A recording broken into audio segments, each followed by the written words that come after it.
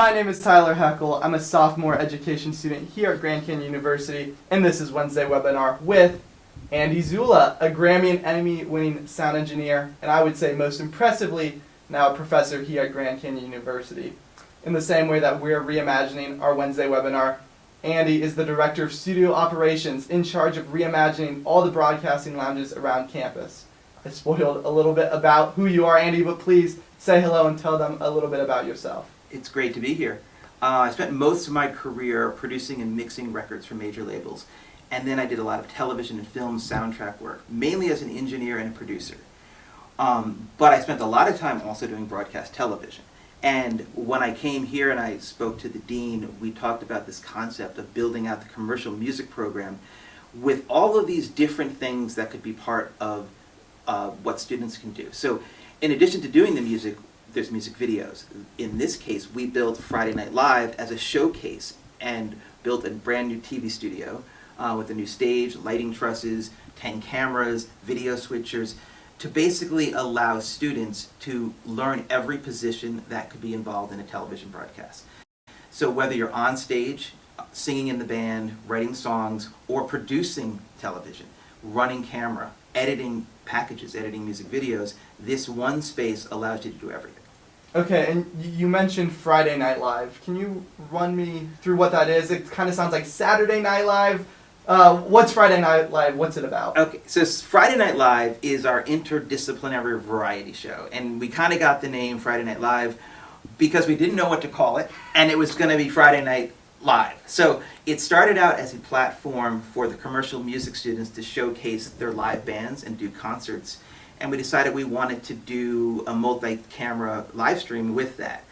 But when we realized that we had so many bands, we needed to do set changes, we were like, we need to do something in between. And then the idea, well, why don't we fill that space with pre-recorded student films and music videos? And once we started doing that, all the different departments wanted to be involved. And then we came up with this idea, well, we can include everyone. We can include theater, dance, comedy, design, video editing, and make this whole show be a showcase from every aspect of the College of Arts and Media. Whether you're behind the scenes, on stage, a producer or a writer, you can be part of it. We even reached out to the new broadcast major and got script writers. So in order to tie it all together, the host segments need a pre-produced script. So we were like, why don't we find broadcast majors that are used to writing scripts to actually write the scripts for the talent for the show. You mentioned something that I really like. You said interdisciplinary. I'm an education major. Why would Friday Night Live be something that I would be interested in? Well, what's interesting is that this concept of interdisciplinary is great because people have come here and said, you realize that no one is doing what you guys are doing here. There are colleges that focus on music. There are colleges that spend hundreds of millions of dollars on the best audio equipment. And they train people in these little silos to do very specific skills. Whereas this trains you for the real world. Every aspect of anything that you would want to do for entertainment, you can learn and do in this space. And you learn it as a community. And the interdisciplinary approach allows tech people to work with creative people, with actors, with musicians, with camera people, and put on a show together. So do you focus on like hands-on learning, or is it a lot of lecturing, teaching, or do you allow them to get their hands dirty? Well, in this environment, it's all hands-on. That's Okay. all it is. It's literally, what part of the show do you want to be involved in? Do you want to be a camera operator? Do you want to be the sound person? In this show, there's multiple sound people. There's the front of house, which mixes for the audience. There's the broadcast mixer that controls what's going out over the air, and then there is the music post-production mixer that's mixing just specifically the band feed that gets sent to the broadcast mixer. So every position, whether it's lighting, sound, camera, script writing, video editing, there is something hands-on for everybody. There's no lecture. It's just come here and learn an actual skill and be part of the production. So our last Wednesday webinar was Jackson in the esports broadcasting studio. This is kind of looking similar, kind of looking different. Can you just run me through all the things we're seeing? Yes, and actually I built the other broadcast studio as well. No way. Yeah, before Jackson started here, I originally designed and built that and actually put the first bunch of broadcasts on the air, I directed and TD'd those as well. But when we realized that there was so much student interest in all of these different spaces, I couldn't run everything. Yeah. So we found Jackson, who's amazing. So he's taking over the esports and the news, whereas this is predominantly entertainment focused. Okay. So we built the stage. We have musical equipment. We have a much bigger room, space for a huge audience, but a very similar type of control room. So this one will have 10 live cameras, 2 video playbacks, graphics, and we broadcast out live from here. So there's stuff for all types of students. If you're an entertainer, you can be on the stage. If you're more of the behind the scenes, you can be working in the studio. Yes, you can be in the control room here. You can be in the other broadcast control room. Again, they're very similar. They overlap, but there's big differences. There's differences in how you direct a news show versus an entertainment show, where you have lots more moving cameras and lighting is flashing all over the place, and the band is playing, and the music has to be mixed.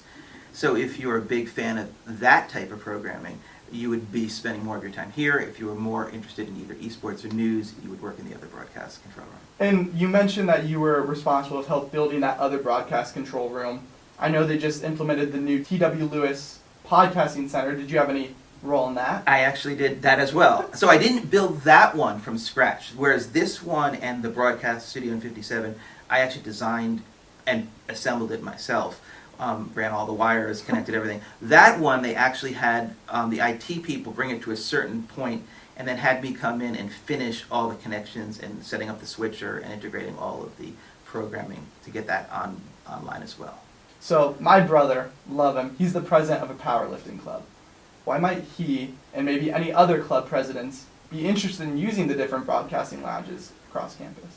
Well, if you come up with a show, you can pretty much come up with a show for anything now. So Yeah. if they wanted to do a lifting competition, you could go on stage and do some sort of thing like that with a referee and judges and live stream and do a multi-camera shoot.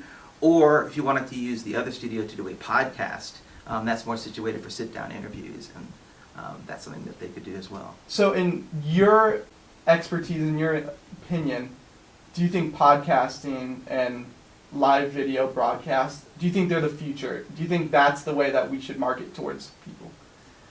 I think the future is vast, Okay. and there are so many things. Everything is part of the future, and it seems to be changing all the time, and that's why this type of space is so effective, because it's not one specific thing.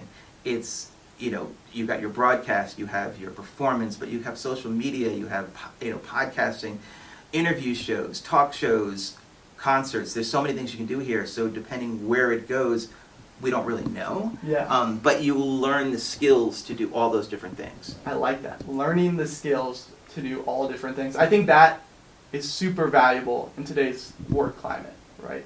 Having the skills to do everything, not just be solely focused on one thing. Yeah, that was actually what drew me to come to GCU in the first place. When I saw the listing for what they were trying to do with the commercial music program, as opposed to other music schools that were focused specifically on learning theory and a specific instrument, it was all about doing music plus music videos, plus social media, plus entrepreneurship and law and all of that. So I thought that was perfect.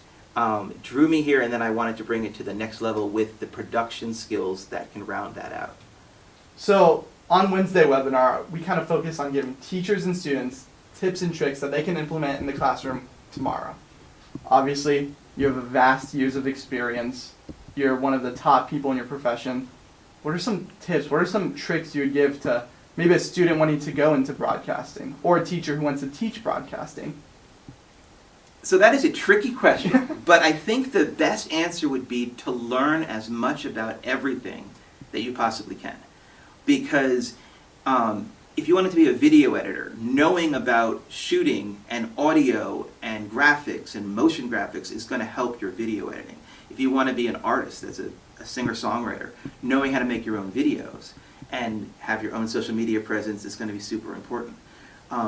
If you are in a band, knowing how to run a control room and a broadcast like this is going to be super helpful, because maybe your band doesn't quite make it, but you can get into entertainment television. So knowing as many skills, you never know what opportunity is going to lead you to success. I love that a lot. So is there anything that you learned in maybe your first gig, your first session, that you would just like to echo to someone who's maybe interested in the field?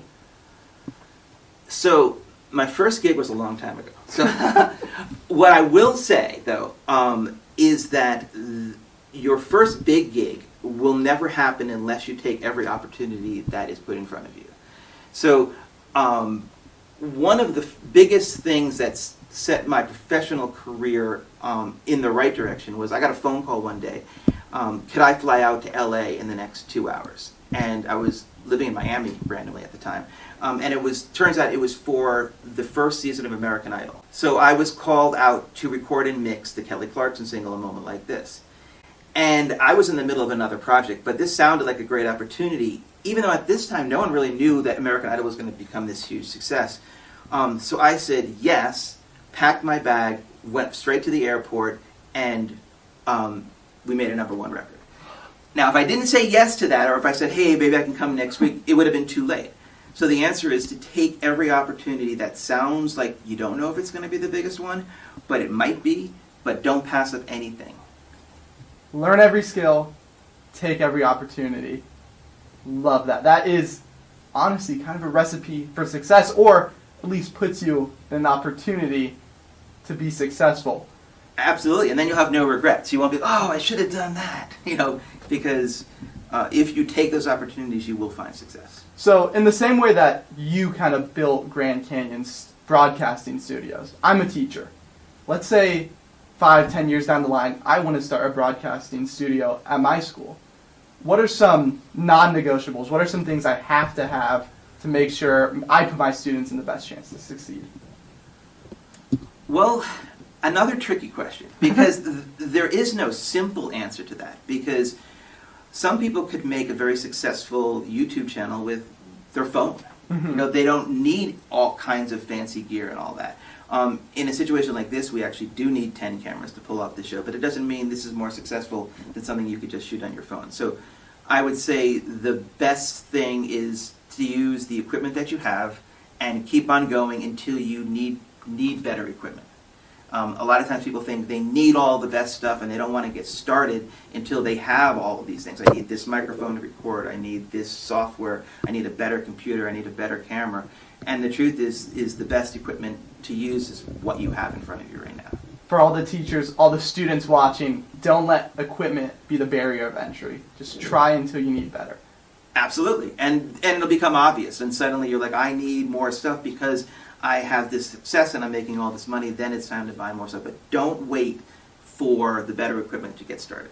I'm loving it. And then, again, I'm super interested in Friday Night Live. Can you run us through the studio and just give us a tour, see all the cool behind the scenes? Sure. Let's go through the back way here. So this is called the front of house mix? Yes. What is this responsible for? So this is the mix that the audience in the theater during the show hears. So the balance of the band, the microphones, the audio playback, the levels that this audience hears is mixed to this console. Mm-hmm. And then the audio that the online audience is taking care of Through that broadcast mixer inside the control room right next to the switcher. Perfect. This is where the host actually stands. Really? So, yeah, so this is the teleprompter. If you watch Friday Night Live and you see the person with the theater behind them, they are standing right here reading that teleprompter. And then these scripts are written by students as well. Yep. The host is a student. Yep. The people working right here are students. Yep. So it sounds like students are a big part of what makes Friday Night Live successful. Students are pretty much the entire production staff, the talent on stage, the bands, the music, it's all students. I love giving students a chance for that hands-on education. Some of the bands are just students that get together and they write songs in their dorm room, they put together a band, and then they can audition and come on the show.